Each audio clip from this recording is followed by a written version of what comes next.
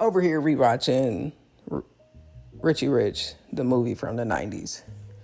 And I think this was one of the earliest movies this and Blank Check was one of the earliest movies where it was like you saw a kid experiencing some sort of wealth. And even though, no, I don't look like Macaulay Culkin, it's just like, it's cool to see a kid living a life in the lap of luxury. A couple of observations I wanted to make, though, about Richie Rich, because even though it's the billionaire tomboy and obviously the goal is to acquire wealth in whatever capacity, but just stretching your mind to know that a billion is a word that means different things in different languages and in different contexts. I could be talking about trading a billion ideas, or we could be talking about trading $1 billion, which pretty much what we're talking about. So let's get back to Richie Rich. A couple observations I really wanted to quickly make, because obviously with having this enormous amount of wealth, the burden that was put on Richie was that he didn't have no friends for real.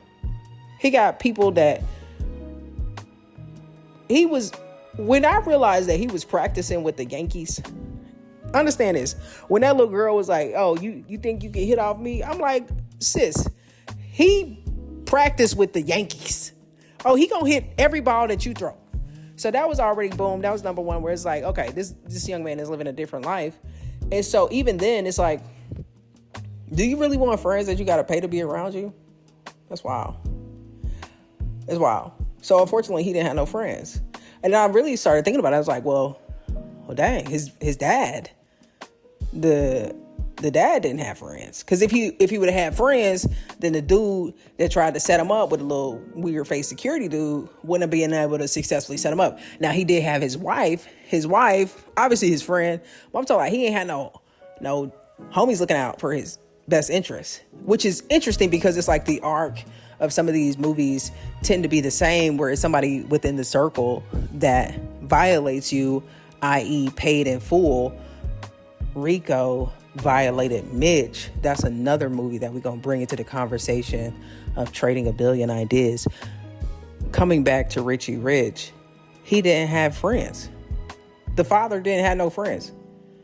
So the father actually was creating a life for his son to not have friends either. And that's jacked up, because why would you buy your son an amusement park for their birthday?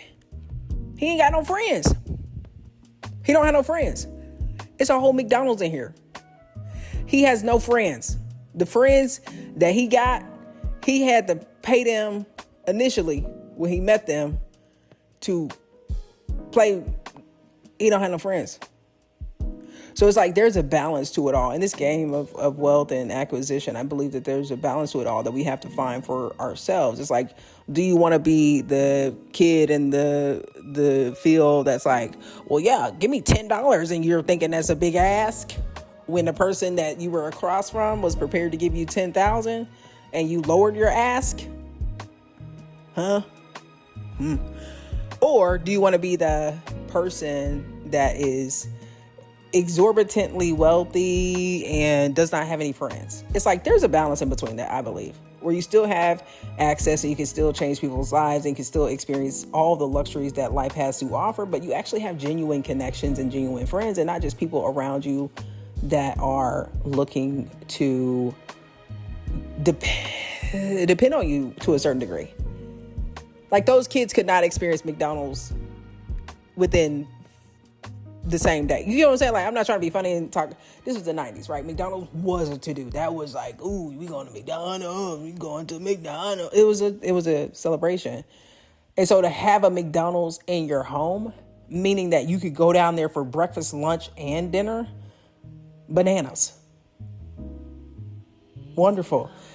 I love this movie because it does stretch your mind and imagination on what is wealth to me? What does wealth look like to me? How do I define it? How will I know if I have wealth? What's my number? Maybe $1 billion. Maybe $1 billion makes me, because one of the things I hear people say, and I really don't understand it because I just feel like it's projections. I don't like to hear people say that you cannot become a billionaire without being a bad person. That's just not true. That's just not true. Let's talk about Reginald Lewis. let's also talk about the brothers from St. Louis that were heavy into, and also Worldwide Tech founder, St. Louis, he's a billionaire. So don't try to tell me that you have to be a bad person to be a billionaire. That's ignorant. You're ignoring the fact that there are billionaires that are good people. Maybe there is a percentage, just like if the person wants to make the argument, law enforcement. Perhaps there is a larger portion that is one way or another, but that does not negate the fact that there are people that have legitimately earned $1 billion and they deserve it. All right. And so looking at the movie and just the current state of the economy with the fact that the president of the world probably is a trillionaire at this point, he's just not telling y'all. Or it depends on what currency too, because it's, again, the beginning of the conversation, billionaire means different things in different places and for different reasons. So Richie Rich, what is rich to you? How do you define ultimate riches? What is that number? How will you know? And then how will you know that you've gone too far? Because at what point did this man put in this amusement park for his son and realize, oh, it's just gonna be him on the amusement park? That ain't fun. I mean, it's only fun like the first time, but it's not fun. I mean, it could be, but what? Why do I want to keep going to an amusement park riding this thing? It's like, I don't know about that. Pops, you should have thought about that, right? And then how did he have so many ATVs already? Like, he don't have no friends for real, so how did he have 10 ATVs ready to go and he didn't have no steady friends? He had his school friends, but that's like business relationships in the regard that they out here making businesses. He was going to a tax law. Y'all, see, we don't be watching movies for real. Maybe we do, maybe y'all do. Maybe y'all do. I say y'all, and I know y'all is a boat, but whatever. He was going to a tax law seminary or lecture or event or whatever they called it. He was on this Richie, the kid. That's where he was going. So teach the lessons, even if you don't have them. Send the kids. If you can't go, send the kids. They doing Money Matters at the church. Send the kids. You can't go, send the kids. Make them go. Make them go to that. You make them go to church on Sunday, make them go to the Money Matters class on Wednesday. That's all I got. Until next time, take care. Trade safe.